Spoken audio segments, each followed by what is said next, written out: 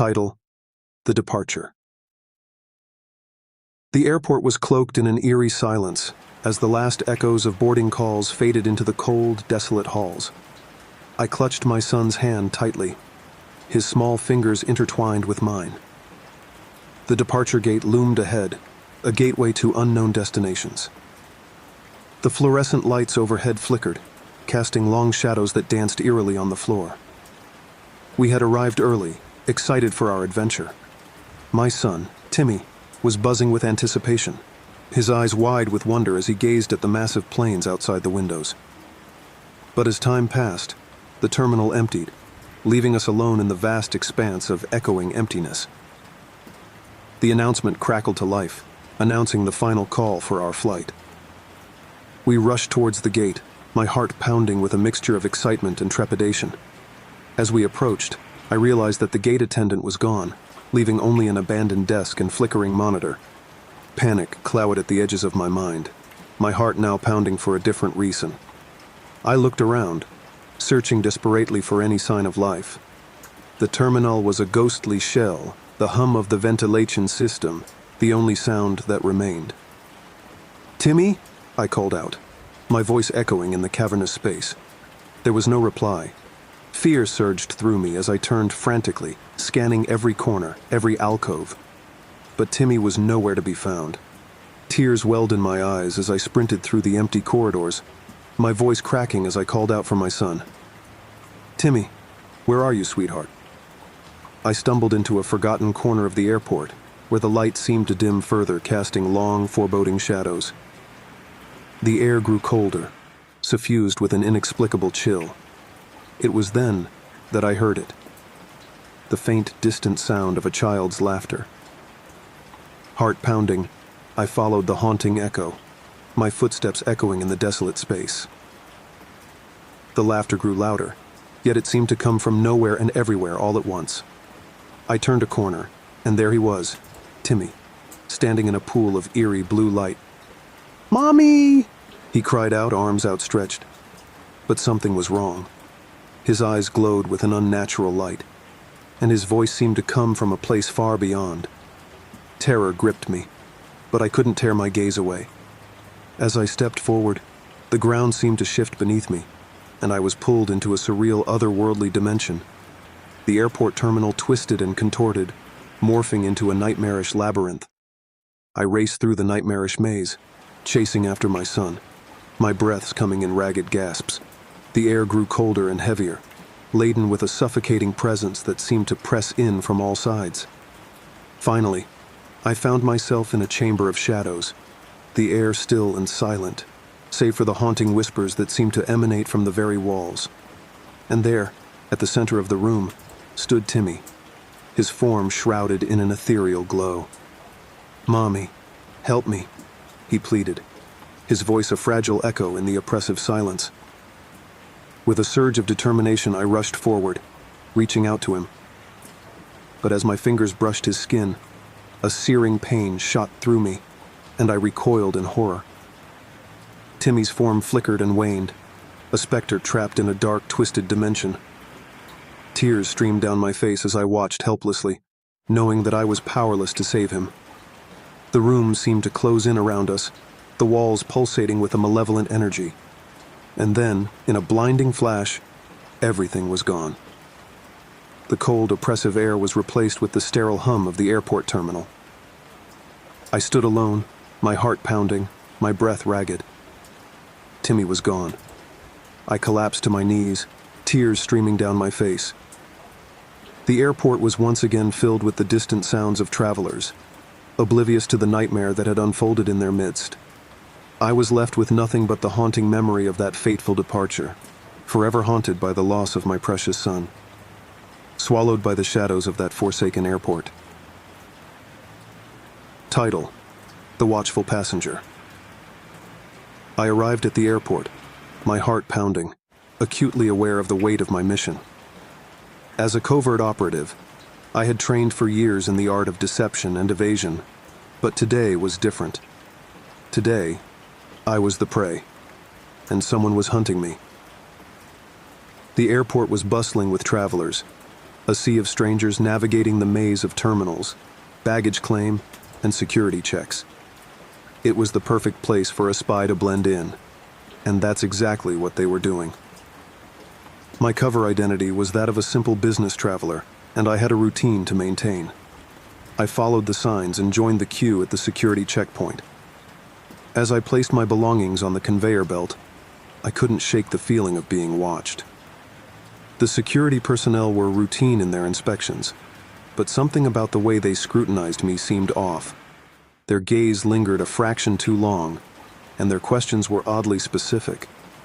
I brushed it off as paranoia, but as I moved through the airport, I couldn't escape the nagging sense that someone was tailing me. I decided to take a detour, weaving through the crowd and doubling back, hoping to shake my pursuer.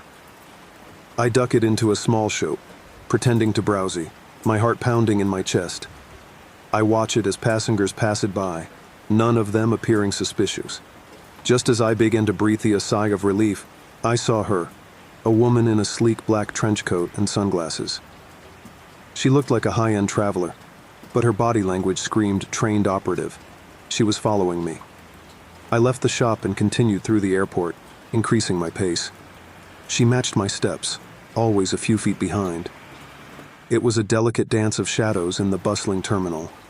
In a moment of desperation, I ducked into a restroom, hoping to lose her there. But as I entered a stall and locked the door, I heard the click of the bathroom door closing. She was inside, and I was trapped. I waited in silence, my breathing shallow, my mind racing for a plan. The woman moved to the sinks, her reflection in the mirror giving nothing away. I couldn't see her face, hidden behind those dark sunglasses. With a deep breath, I exited the stall, pretending to wash my hands. She did the same, and we stood side by side at the sink. Our eyes met briefly in the mirror, and there was a glint of recognition in her gaze. She knew I had seen her. Without a word, I pushed past her and rushed out of the restroom. I needed to make a break for it, to get away from her, but the airport was a labyrinth, and I had no way of knowing where to go. I darted through the crowds looking for any sign of help or a security guard, but my pursuer was relentless, staying just a step behind. Panic surged through me, and I realized there was only one option left. I veered toward the gate for my flight, hoping that once I was on the plane, I would be safe. The boarding process had already begun, and the flight attendants were guiding passengers onto the plane. As I reached the gate, I saw the spy approaching, her determination unwavering. I handed my boarding pass to the gate agent, who scanned it and ushered me onto the jet bridge. I turned and saw the spy blocked by the gate agent. I had made it. I settled into my seat on the plane, my heart still racing. I had escaped my pursuer for now, but I knew this mission was far from over. The spy would not give up so easily, and the next move was mine to make. As the plane taxied down the runway, I couldn't help but wonder who had set me up and why they were hunting me. The answers remained shrouded in mystery, but one thing was certain. My life as a spy had taken an unexpected and perilous turn. Title: Flight of Terror. The airport terminal was abuzz with the usual pre-flight commotion. Passengers hurried to their gates, dragging their luggage behind them, while announcements echoed through the cavernous halls. I checked my boarding pass and made my way towards Gate 23, my heart pounding with a mixture of excitement and anticipation. As I approached the gate, I noticed a man standing near the entrance, his gaze fixed on the departing flight's board. He seemed out of place, his clothes disheveled and his eyes darting nervously from side to side. A shiver ran down my spine, a premonition of something unsettling. I boarded the plane and settled into my seat, trying to shake off the uneasy feeling. The cabin filled with the hum of conversations, punctuated by the occasional rustling of bags and the click of seatbelts. I glanced out the window, watching the ground crew as they prepared the plane for departure. Just as the last passengers were finding their seats, I saw the man from the gate make his way down the aisle. He moved with purpose, his eyes scanning the rows of seats. When he reached the middle of the plane, he stopped and locked eyes with me. A chill shot down my spine as his gaze bore into mine, filled with a cold determination that sent alarm bells ringing in my mind. My instincts screamed at me to do something, but I was frozen in my seat, unable to move. Suddenly, the man's hand shot into his coat pocket, and he pulled out a glinting object, a knife. Panic surged through me, and I instinctively ducked down in my seat, trying to make myself as small as possible. Around me, the cabin erupted into chaos as passengers screamed and scrambled for cover. The flight attendants sprang into action, shouting instructions and attempting to calm the panicked passengers. The captain's voice came over the intercom, urging everyone to remain calm and stay in their seats. As the man made his way towards the front of the plane, terror gripped me. I knew I had to do something, to stop him before he could reach the cockpit. Adrenaline surged through my veins, pushing me into action. I unbuckled my seatbelt and crouched low, using the seats as cover as I moved towards the aisle. My heart pounded in my chest, drowning out the chaos around me. I reached for my bag, searching for anything that could be used as a weapon. My hand closed around a heavy hardback book, and I gripped it tightly, my fingers trembling. With a deep breath, I stood up, my eyes fixed on the man. He was just a few rows ahead, his attention focused on the cockpit door. With every ounce of determination I could muster, I lunged forward, swinging the book with all my strength. It connected with a sickening thud, and the man stumbled, dropping the knife. He let out a cry of pain and surprise, collapsing to the floor.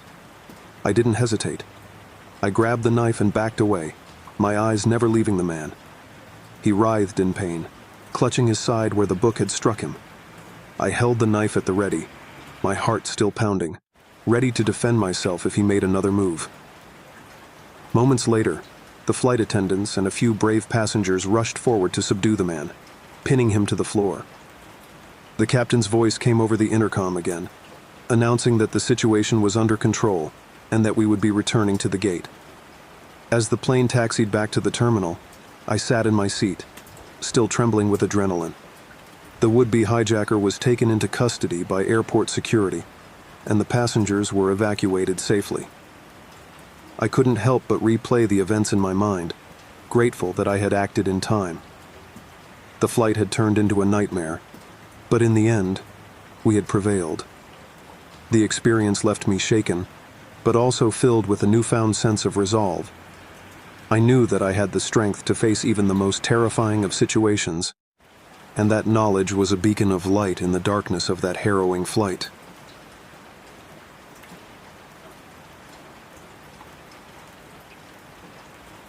Title: The Departure Gate. The airport terminal was a hive of activity, a symphony of voices and echoing footsteps. I made my way through the crowd, my carry-on bag trailing behind me. It was a typical day, except for one thing: the presence of my unsettling coworker, Mr. Harris. Mr. Harris was a peculiar figure in the office, always lurking in the shadows, his eyes darting around with an unsettling intensity. He had a reputation for being overly inquisitive, prying into others' personal lives with a chilling persistence. Today, however, was different. Today he seemed oddly fixated on my movements. As I approached the gate for my flight, I glanced over my shoulder and saw Mr. Harris trailing behind, his gaze never leaving me. A shiver ran down my spine, but I told myself it was just my imagination. Perhaps he happened to be on the same flight, a mere coincidence. I boarded the plane and took my seat, trying to put Mr. Harris out of my mind. The cabin filled with the usual pre-flight bustle, but a sense of unease lingered in the back of my mind.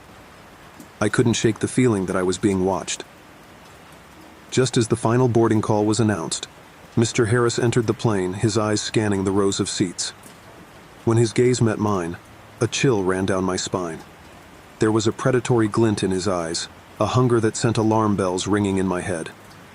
I turned away, praying that he would continue down the aisle and find his own seat. But to my horror, I felt the weight of his gaze settle on me once more. He was headed in my direction. Panic surged through me, and I knew I had to act.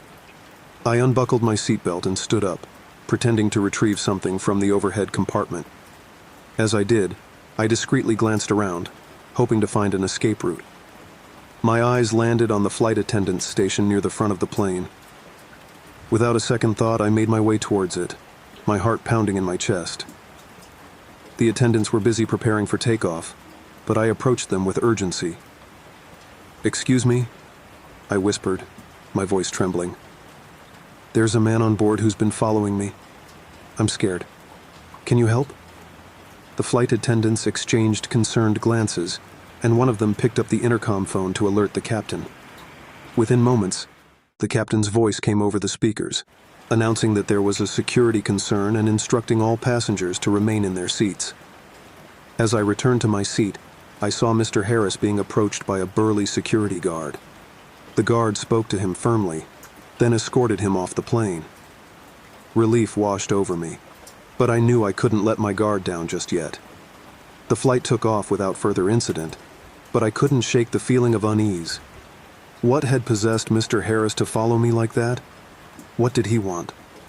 The question swirled in my mind, leaving me on edge.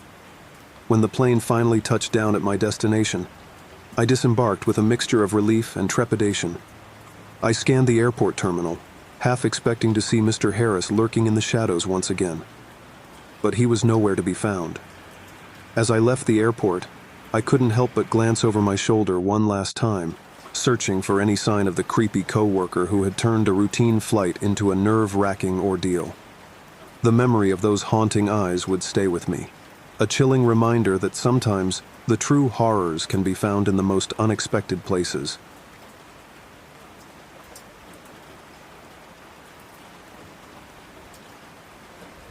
Title: The Midnight Flight. I stood in the airport terminal, surrounded by the familiar hum of travelers' chatter and the ever-present announcements over the intercom. The harsh fluorescent lights overhead seemed to cast a pallor over everything, but it was the darkness that clung to my thoughts, an ominous shadow that had followed me since I'd received the call about my ailing aunt.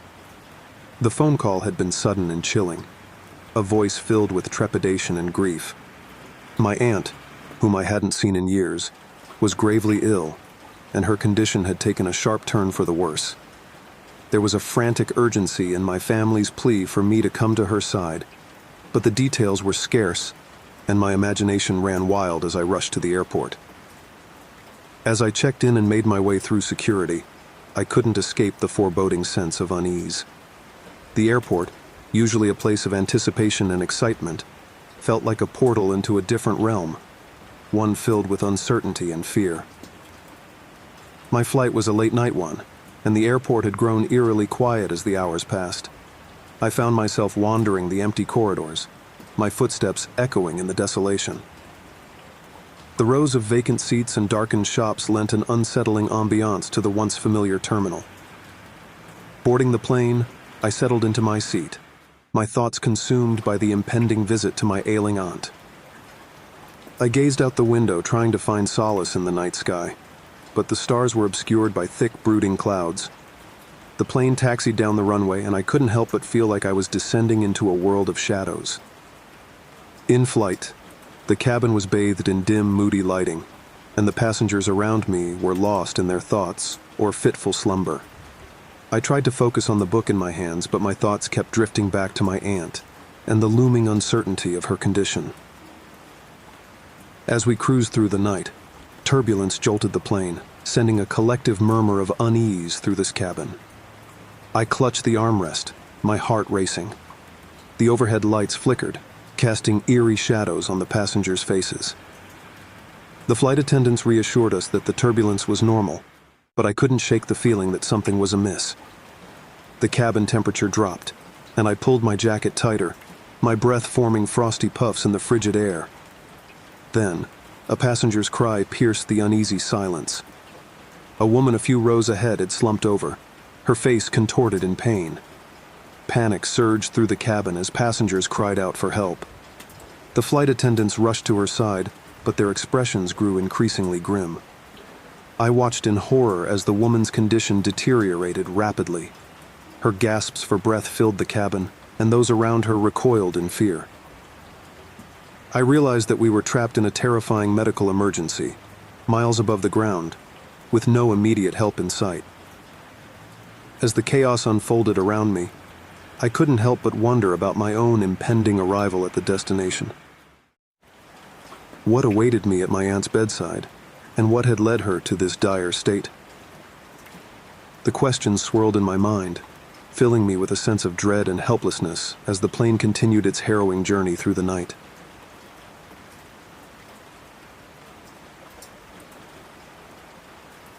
Title: The Tangled Web. The airport terminal buzzed with life, a swirling vortex of hurried travelers, bustling baggage claim, and the ever-present hum of conversation. I had always been fascinated by the rhythm of airports, the transient nature of people coming and going, the stories that played out in these transient moments.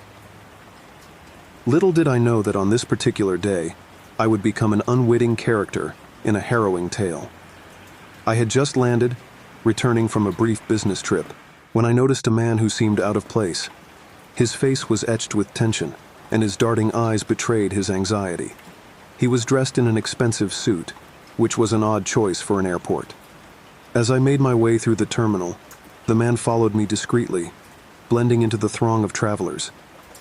It was a gut feeling, a sense that I was being watched, that made my skin prickle with unease. I checked my watch and quickened my pace, but the man was persistent, always a few steps behind. The feeling of dread intensified, and I realized that my business trip had inadvertently led me into the path of a man with a dangerous agenda. I veered into a bustling cafe, hoping to lose him in the crowd.